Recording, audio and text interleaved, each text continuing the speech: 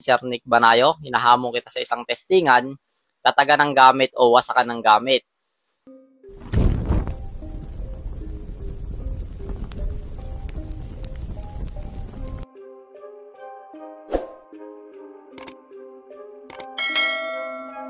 Magandang araw mga ka-horror at welcome back nga po palang muli sa aking channel.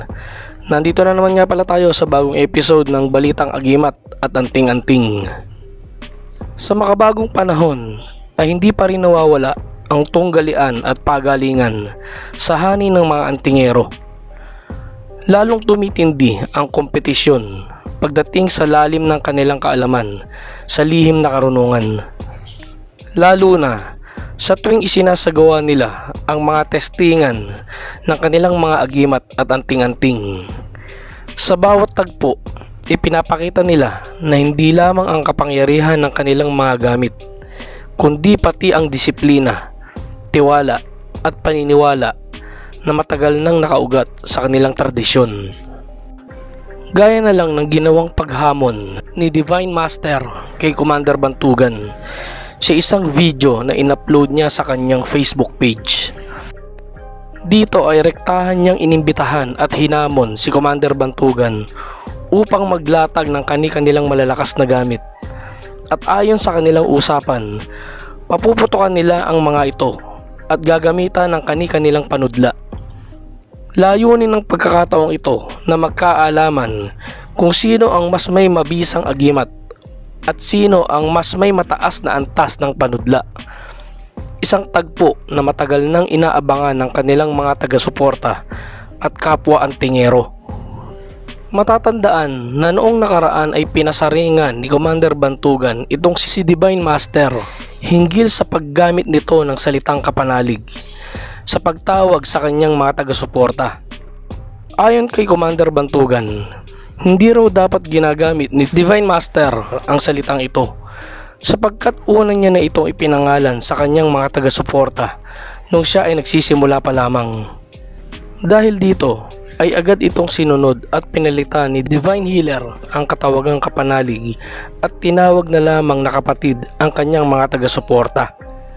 Aminado rin si Divine Master na matagal na niyang iniidolo at nirerespeto si Commander Bantugan, lalo na pagdating sa pagtetesting ng gamit. Anya, wala pa ni isang malakas na gamit ang nakalusot kapag si Commander Bantugan ang bumaril. Patunay umano na mataas ang antas ng kaalaman at lakas ng panudla ni Commander Bantugan. Kaya't katakataka na nabago ang ihip ng hangin nang maglabas si Divine Master ng video nang kung saan ay rekta niyang hinamon si Commander Bantugan sa isang testingan ng gamit. Isang mapagpalang araw sa ating lahat mga kapatid. Yan, Commander Bantugan, Sir Nick Banayo, hinahamon kita sa isang testingan, tatagan ng gamit o wasakan ng gamit. Hinahamon kita, ilalatag ko itong pinakamahusay na magaling kong gamit na Santo Niño de Cebu, itong Santo Niño may kapa. Yan, talagang tested na to, subok na subok.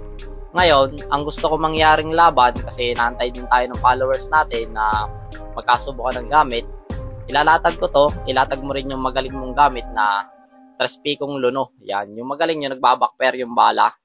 Yan, gusto kitang hamunin di yun sa isang testingan na yun, ilalatag mo yun, ilalatag ko to.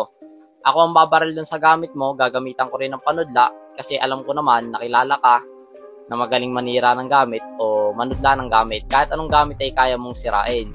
Ngayon, ang gusto kong laban, ilatag mo yung medalyon mong luno, tutudlain ko rin kasi may alam din naman ako sa tudla. Talagang tested din yung panudla ko. Kung bakit tutudlain ka ang Trespico mong luno, tudlain mo tong gamit ko. Sana tumugon ka, Sir Nick Banayo, Commander Bantugan. Maraming salamat sa mga solid followers natin dyan. Paki-follow, like, and share. Hintayin natin ang tugon ni Commander Bantugan. Salamat. God bless you. Sa video ring ito ay makikita ang reaksyon ni Commander Bantugan na sumagot sa pamamagitan ng isang komento kung saan inilatag niya ang kanyang saloobin at tugon sa hamon. Bakit ko papatulan to? Siya mismo nagsabi sa live niya na hindi uubra mga gamit niya sa akin. Di parang sinasabi lang nito ngayon na parang gusto niya lang masubukan ang gamit ko. Para naman akong tanga nun, napapatulan ko tapos alam ko na hindi na pala uubra gamit niya. Ano i-expect ko dun? Wala talaga sa ayos to. Dati, hinamon din ako nito ilang beses. Tapos sa bawat araw ng set ng subukan namin, hindi sumipot. Biglang nagdahilan. Kesyo lasing daw ata nung araw na yon. Kahit nung araw na yon nakaset na pati firing range. Tapos ngayon maghahamon. Hoy, kung gusto mo ng engagement para ma-monetize ka, wag ako gamitin mo. Humanap ka ng mapagtitripan mo. Total ilang beses ka nang umatras at nasayang ang oras ko sa iyo sa mga panahon na yon.